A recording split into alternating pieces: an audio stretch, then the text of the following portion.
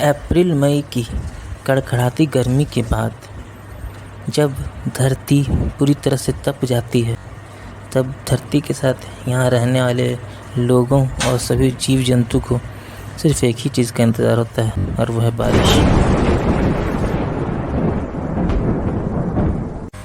सूरज की गर्मी से तपे हुए धरती पर जब बारिश की बूंदें पड़ती है तो धरती के साथ साथ यहाँ बसने वाले सभी जीव जंतु खुशी से झूम पड़ते हैं।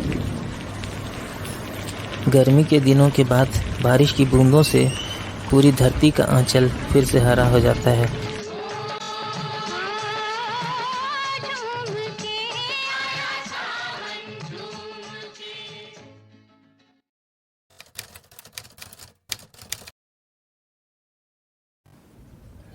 दोस्तों, इंडिया एक एग्रीकल्चरल इकोनॉमी है जो कि मेनली बरसात पर बेस्ड होती है। यहाँ पर एग्रीकल्चर मुख्यतः बरसात पर डिपेंड करती है और इसलिए यहाँ बरसात का इतना महत्व होता है। भारत में बारिश का मुख्य कारण मानसून होता है। भारत में 72% बरसात मानसून में ही होती है। अगर हम इसके ओरिजिन पर ध्यान दें मानसून शब्द के, तो वह अरेबिक शब्द मौसम से आया है जिसका अर्थ होता है सीज़न। मौसम शब्द हिंदी डिक्शनरी में भी इस्तेमाल किया जाता है। बात करें मानसून की, तो यह कोई लोकल फेनोमेनन नहीं है बल्कि एक प्लानिटरी फेनोमेनन है। पूरे अर्थ पर टोटल 4 मानसून सिस्टम्स हैं: West African monsoon, Asian Australian monsoon, North American monsoon और साउथ अमेरिकन मानसून। अगर इंडिया में मानसून के ऑनसेट की बात करें तो यह प्राइमरीली 29 मई से लेकर के 7 जून के बीच में प्रवेश करती है।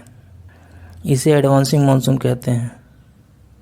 अगर बात करें अर्लीस्ट ऑनसेट की, तो उसका रिकॉर्ड 11 मई की डेट का है जो कि 1918 और 1955 में हुआ था, जबकि सबसे डिलेड मानसून ऑनसेट का रिकॉर्ड 18 जून का है जो कि 1972 में हुआ था। अगर बात करें इंडिया मानसून के कारण की, तो उसमें 5 प्रमुख कारण हैं। इसमें से पहला कारण है differential heating and cooling of land. गर्मियों के दिनों में जब ज़मीन के ऊपर की हवा गर्म होकर ऊपर उठने लगती है, तो समुद्र के ऊपर मौजूद हवा जो कंपैरेटिवली भारी होती है और मॉइस्चर से लैडेंड होती है, वह उस खाली जगह को फिलअप करने के लिए उसकी तरफ चली आती है। समुद्र से ज़मीन की तरफ आने वाली यह हवा मॉइस्चर लैडेंड होती है और जैसे ही वह ज़मीन पर पहुंचती है तो उसके मॉइस्चर कैरी आउट करने की कैपेसिटी कम हो जाती है, जिसके कारण वह ऊपर उठने लगती है और उसमें मौजूद मॉइस्चर बारिश के रूप में ज़मीन पर गिरने लगती है।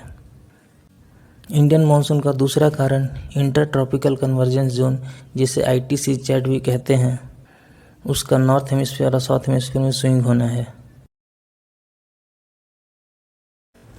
बात करेंगे तीसरे कारण की, तो गर्मियों के दिनों में जब तिब्बतन प्लेटें बहुत ज़्यादा गर्म हो जाती है, जिसके कारण strong vertical air current formation होता है, तब उस प्लेटों पर लो प्रेशर फॉर्मेशन होता है, जिसको कवर करने के लिए समुद्र से भारी हवाएं आने लगती हैं, जिससे कारण मानसून की बारिश होती है।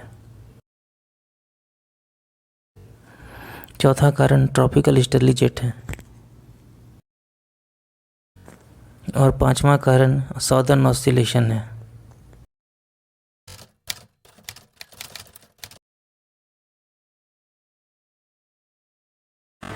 भारत में मानसून के कारण सबसे पहले बारिश केरला में होती है। जब मानसून केरला से आगे बढ़ती है तब वह 2 ब्रांचेज में बढ़ जाती है, अरेबियन सी ब्रांच और Bay of Bengal branch. Arabian Sea branch धीरे धीरे उत्तर की तरफ बढ़ने लगती है और करीब करीब 10 जून तक वह मुंबई में प्रवेश कर जाती है, जबकि बे ऑफ बंगाल की ब्रांच जो है वह बहुत तेज़ी से बढ़ते हुए असम पहुंच जाती है और कोलकाता के आसपास वह 7 जून के आसपास पहुंच जाती है। ये दोनों ब्रांचेस दिल्ली के आसपास जाकर के एक दूसरे से मिलती हैं और इन दोनों ब्रांचेस के मिलने से मुख्यतः इन राज्यों में बारिश होती है। वेस्ट यूपी, हरियाणा, पंजाब, राजस्थान, हिमाचल प्रदेश और कश्मीर।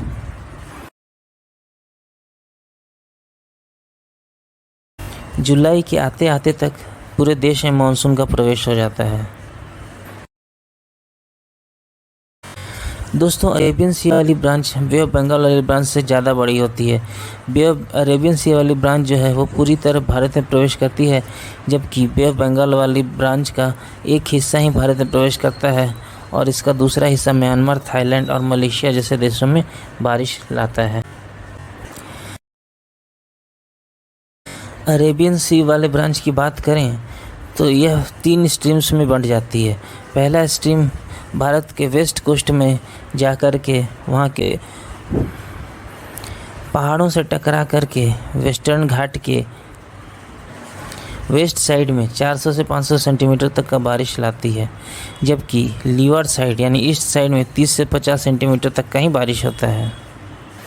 अरेबियन सी की दूसरी ब्रांच नर्मदा तापी नदी के ऊपर से होते हुए सेंट्रल इंडिया पहुंच जाती है। बीच में कोई मेजर ऑब्स्टेकल के नहीं रहने से वहां पर बारिश बहुत ज़्यादा नहीं होती है और यह मुख्यतः सेंट्रल इंडिया में बारिश करवाती है।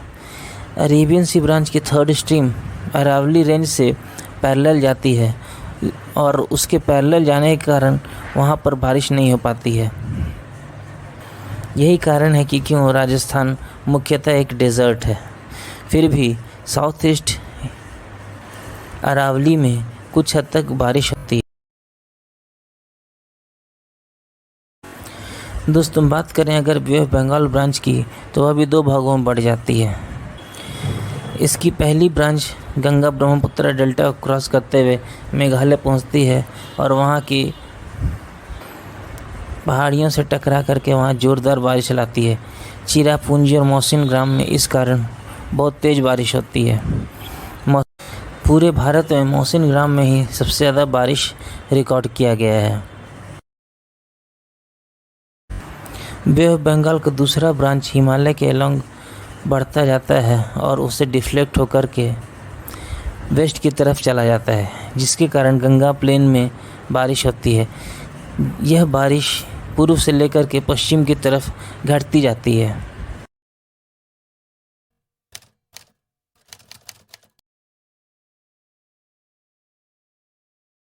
दोस्तों, साउथ वेस्ट मानसून या ऑनसेट मानसून से तमिलनाडु में बारिश कम होती है, क्योंकि तमिलनाडु अरेबियन सी ब्रांच और बे ऑफ बंगाल ब्रांच दोनों ही के रेन शैडो एरिया में पड़ता है। तमिलनाडु में बारिश मुख्यतः रिट्रीटिंग मानसून में होती है। तो अब हम थोड़ी रिट्रीटिंग मानसून के बारे में बात कर लेते हैं। रिट्रीटिंग मानसून अक्टूबर से लेकर के जनवरी मास तक चलती है। अक्टूबर से नवंबर के बीच में साउथ वेस्ट मानसून कमज़ोर पड़ने लगती है और नॉर्थ इंडिया से वह शिफ्ट होने लगती है। आसमान साफ़ होने लगता है और इसे ही रिट्रीटिंग मानसून कहते हैं। यह अर्ली जनवरी तक चलता है। रिट्रीटिंग मानसून का प्रोसेस एडवांसिंग मानसून से ज़्यादा लंबा चलता है। रिट्रीटिंग मानसून के समय समुद्र और ज़मीन पर हवाओं का प्रेशर ग्रेडियंट कम होने लगता है। इस रिट्रीटिंग मानसून के चलते साउथ ईस्ट कोस्ट में काफ़ी ज़्यादा बारिश होती है। इसे विंटर मानसून कहते हैं और तमिलनाडु में अपने एनुअल रेनफॉल का ज़्यादातर बारिश इसी सीज़न में होता है। रिट्रीटिंग मानसून के चलते भारत के जिन हिस्सों में बारिश होती है उसमें से प्रमुख हैं western parts of western Ghats, north east India जिसमें असम, अरुणाचल प्रदेश और सिक्किम शामिल हैं। जिन जगहों में कम बारिश होती है उसमें कर्नाटक, गुजरात और महाराष्ट्र प्रमुख हैं। अब हम थोड़ी सी चर्चा इस साल के मानसून के फोरकास्ट पर कर लेते हैं। IMD मतलब इंडियन मेट्रोलॉजिकल डिपार्टमेंट ने इस साल केरला में मानसून के प्रवेश में थोड़ी सी डिले होने की प्रेडिक्शन की है। वेस्ट मानसून के कारण इस साल जून से सितंबर के बीच में होने वाली बारिश लॉन्ग पीरियड एवरेज का 96% रहने की संभावना है।